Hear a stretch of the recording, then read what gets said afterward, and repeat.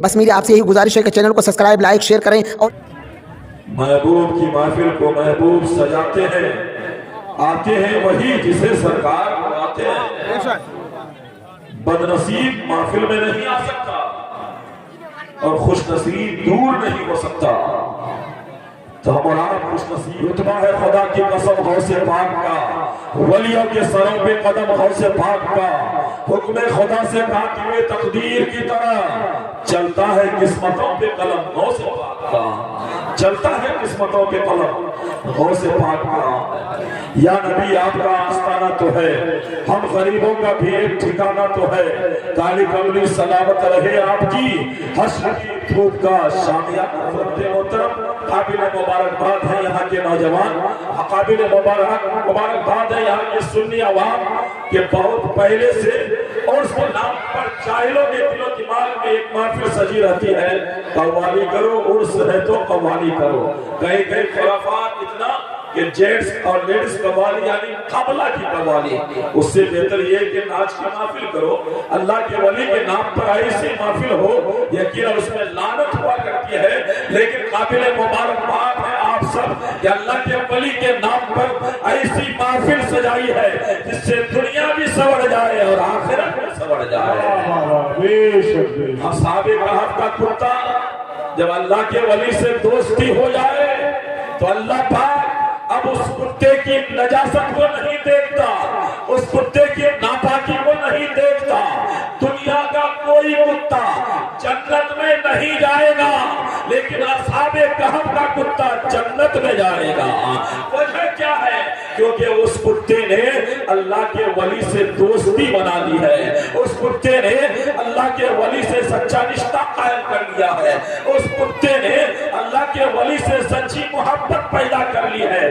جب ایک نجس جانور کتا اللہ کے ولی سے دوستی کر لے، محبت کر لے، اللہ پاک اب اس کی نجاست کو نہیں دیکھتا، ناپاکی کو نہیں دیکھتا، بلکہ اس کی محبت کو دیکھتا ہے تو ناپاک لیکن میرے محبوب سے محبت کر لیا ہے تو ناپاک لیکن میرے ولی سے دوستی کر لیا ہے۔ خدا کی قسم ایک ناپاک جانور اللہ سے دوستی، اللہ کے ولیوں سے دوستی پیدا کر لے تو اللہ پاک اس ناپاک کو اللہ کے ولی سے دوستی کے صدقے میں جنتی بنا دیتا ہے۔ ہم تو اشرف المخلوقات ہیں، ہم تو پیارے نبی کے چاہنے والے ہیں، ہم تو امام حسین کے ماننے والے ہیں، ہم تو یا علی کا نعرہ لگانے والے ہیں، ہم تو مسلکی اعلیٰ حضرت کا نعرہ لگانے والے ہیں۔ خدا کی قسم جب ایک ناپاک جانور کو اللہ کے ولی سے دوستی ہو جائے وہ جنتی بن جائے۔ ہم سنی بریلوی مسلمان اشرف المخلوقات ہیں، غلام نبی ہیں، ہمیں اگر اللہ کے ولی سے سچی دوستی ہو جائے تو ہم بدرجہ اولا جنتی بن جائیں گے۔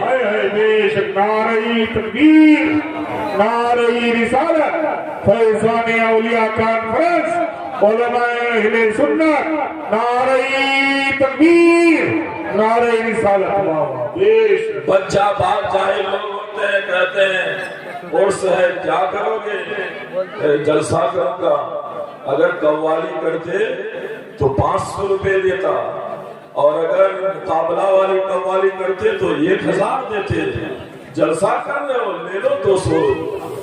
یہ تو مثال بن گیا ہے، لیکن آپ نہیں سمجھے کہ جب آپ اللہ کے ولی کی یاد میں جلسہ کی محفل سجا رہے ہیں، انشاءاللہ جب تک زندگی ہے سجاتے رہیں گے۔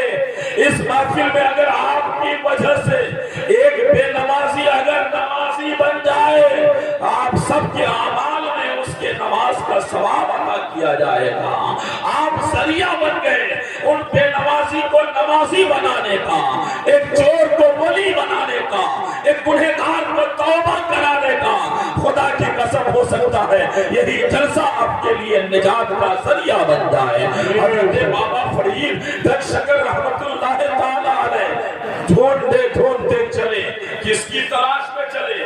پیر و مرشد کی تلاش میں چلے، کسے پیر بنایا جائے، کسے مرشد بنایا جائے، تلاش کرتے کرتے کافی لمبا سفر کرتے ہیں. لمبا سفر کرنے کے بعد پہنچ گئے بغداد کی سرزمین پر. وہ بغداد کی سرزمین اللہ اکبر جہاں بڑے بڑے اولیاء کرام کا مسکن ہے، جہاں حضرت جنید بغدادی ہیں، جہاں حضرت شبلی ہیں، جہاں حضرت سری سختی ہیں، جہاں حضرت پیارے تمام ولیوں کے ولی شہنشاہ بغداد عبد القادر جیلانی ہے. وہ بغداد کی سرزمین اتنی پاکیزہ سرزمین ہے. ہاں اس دور میں ایک ایسے ولی ہیں جن کی شہرت پوری دنیا میں ہے، جن کا نام نامی اس میں گرامی حضرت شہاب الدین سہروردی رحمت اللہ تعالی علیہ. وہ شہاب الدین سہروردی جن کے بارے میں بڑے پیر دستگیر رحمت اللہ تعالی علیہ نے ارشاد فرمایا کہ عراق کی سرزمین پر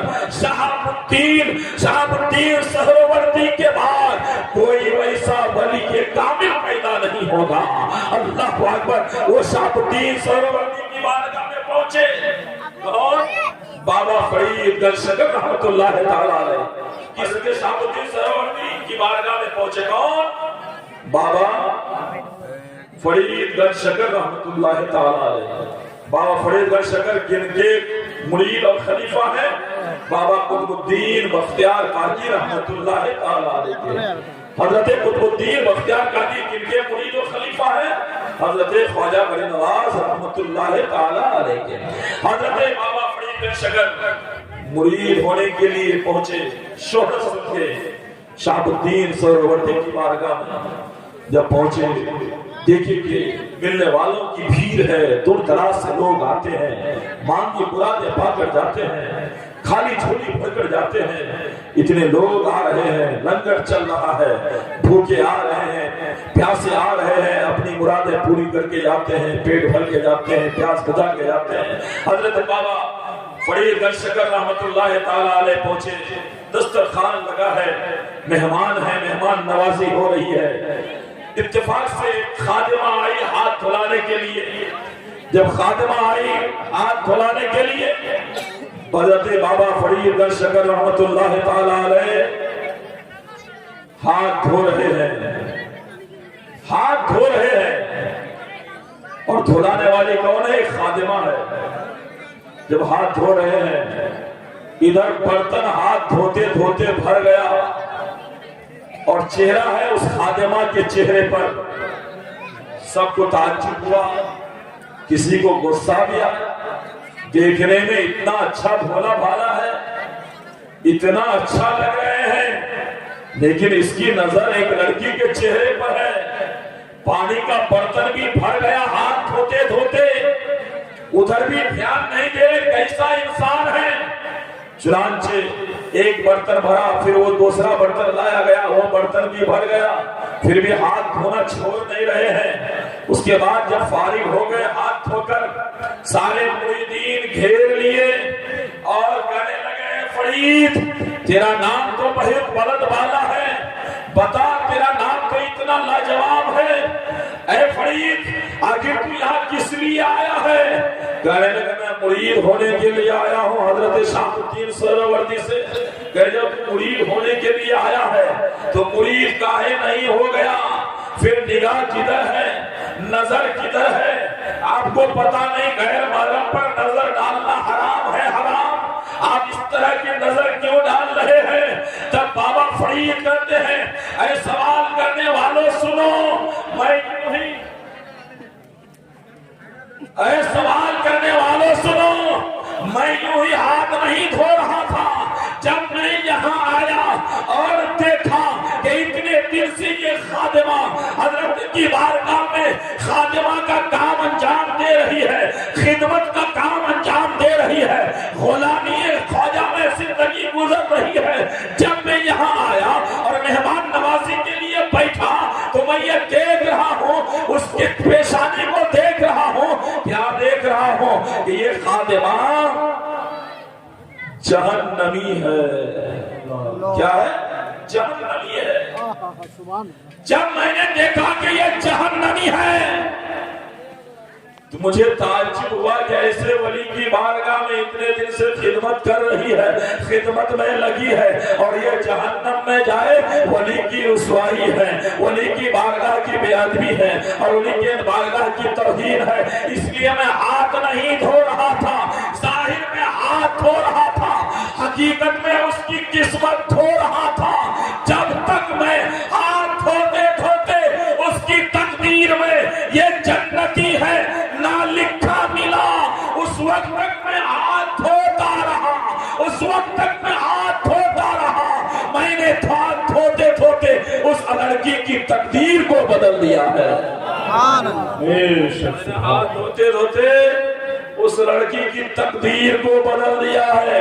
حضرت خواجہ شہاب الدین سہروردی کو خبر ملی ایک ایسا انسان آیا ہے، ایک پاکیزہ انسان آیا ہے، جہاں ہماری نگاہ نہیں پہنچی اس انسان کی نگاہ پہنچ گئی ہے۔ حضرت بابا فرید کو قریب کیے، سینے سے سینہ لگائے اور کہنے لگے بیٹا کس لیے آیا ہے؟ کہنے لگے حضور آپ کی بارگاہ کی بہت شہرت سنا تھا، اس لیے میرے دل میں خیال آیا کہ میں مرشد بناؤں آپ کو، اس لیے میں آیا ہوں۔ جب بابا فرید گنج شکر رحمت اللہ علیہ کے اس بیان کو سننے کے بعد اور اس کرامت کو دیکھنے کے بعد حضرت شہاب الدین سہروردی گلے سے گلا ملاتے ہیں اور کہتے ہیں بیٹا فرید تمہاری جگہ یہاں نہیں کہیں اور ہے۔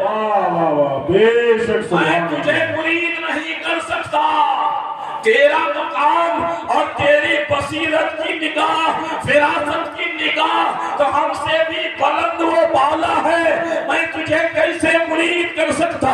کہنے لگے حضور آپ ہی پتہ بتا دیں میں کن کے پاس جاؤں۔ آپ کا نام سن کر پاک پٹن سے پاکستان سے یہاں آیا تھا، لیکن اب بتائیں آپ ہی میں کہاں جاؤں؟ تو کہنے لگے سن اسی سرزمین پر ایک ایسا اللہ کا ولی ہے جن کا نام قطب الدین بختیار کاجی ہے، تو جا تیرا حصہ اللہ نے اسی کے ہاتھ میں رکھا ہے۔ حضرت بابا فرید گنج شکر رحمت اللہ تعالی علیہ سفر کر کے حضرت قطب الدین بختیار کاجی کی بارگاہ میں پہنچتے ہیں اور سارا حال سناتے ہیں۔ حضرت قطب الدین بختیار کاجی کہتے ہیں بیٹا کچھ کہنے کی ضرورت نہیں ہے، اپنی مراد ظاہر کر دے۔ کہنے لگے حضور میں مرید ہونے کے لیے آیا ہوں۔ چنانچہ مرید کر دیے جاتے ہیں، مرید ہو جاتے ہیں۔ وہی بابا فرید گنج شکر رحمت اللہ تعالی علیہ ایک راستے سے گزر رہے ہیں، ایک درخت کے نیچے آرام فرما ہے۔ جب درخت کے نیچے آرام فرما ہے تسبیح و تہلیل میں مصروف ہے، جیسی تسبیح و تہلیل میں مصروف ہے ایک پرندہ آیا، درخت کی شاخ پر بیٹھا، چہچہانے لگا۔ آپ کو ڈسٹرب ہوا، آپ کو خلل ہوا، آپ نظر اٹھا کر دیکھتے ہیں اور قہر کے نظر اور جلال والی نگاہ ڈالتے اس پرندے پر اور کہتے پرندہ تو مجھے تکلیف کیوں دیتا؟ میں اللہ کی یاد میں مصروف ہوں۔ ایک بار ہم ٹالتے ہیں، پھر ڈانٹتے ہیں، پھر چہچہانے لگتا ہے، پھر ڈانٹتے پھر چہچہانے لگتا ہے۔ جلال میں آئے بابا فرید اور کہتے ہیں اے پرندہ تم مر کیوں نہیں جاتا؟ اتنا کہنا تھا، وہ پرندہ گرا زمین پہ اور وہی دم توڑ دیا۔ جب دم توڑ دیا اللہ کے ولی کو افسوس ہوا اور افسوس ہوا اور افسوس اتنا افسوس ہوا کہ دل نے پکارا اے یا اللہ میں کیا کیا؟ دل نے پکارا اے فرید جس طرح تو اللہ کی تسبیح بیان کرتا ہے اسی طرح یہ پرندہ بھی تیری تسبیح بیان کر رہا تھا۔ اے فرید جس طرح تو میری گیت گا رہا ہے اسی طرح یہ پرندہ بھی اپنی زبان میں میری گیت گا رہا تھا، میرا ترانہ گا رہا تھا۔ اے فرید تو نے یہ کیا کیا؟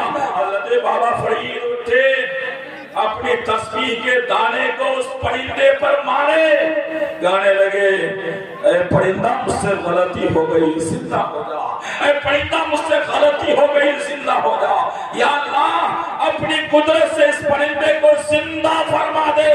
تسبیح کا دانہ لگنا تھا، اللہ کے ولی کی زبان سے یہ بات نکلنی تھی کہ پرندہ پھر پھرا کر زندہ ہو گیا، اپنی جگہ جا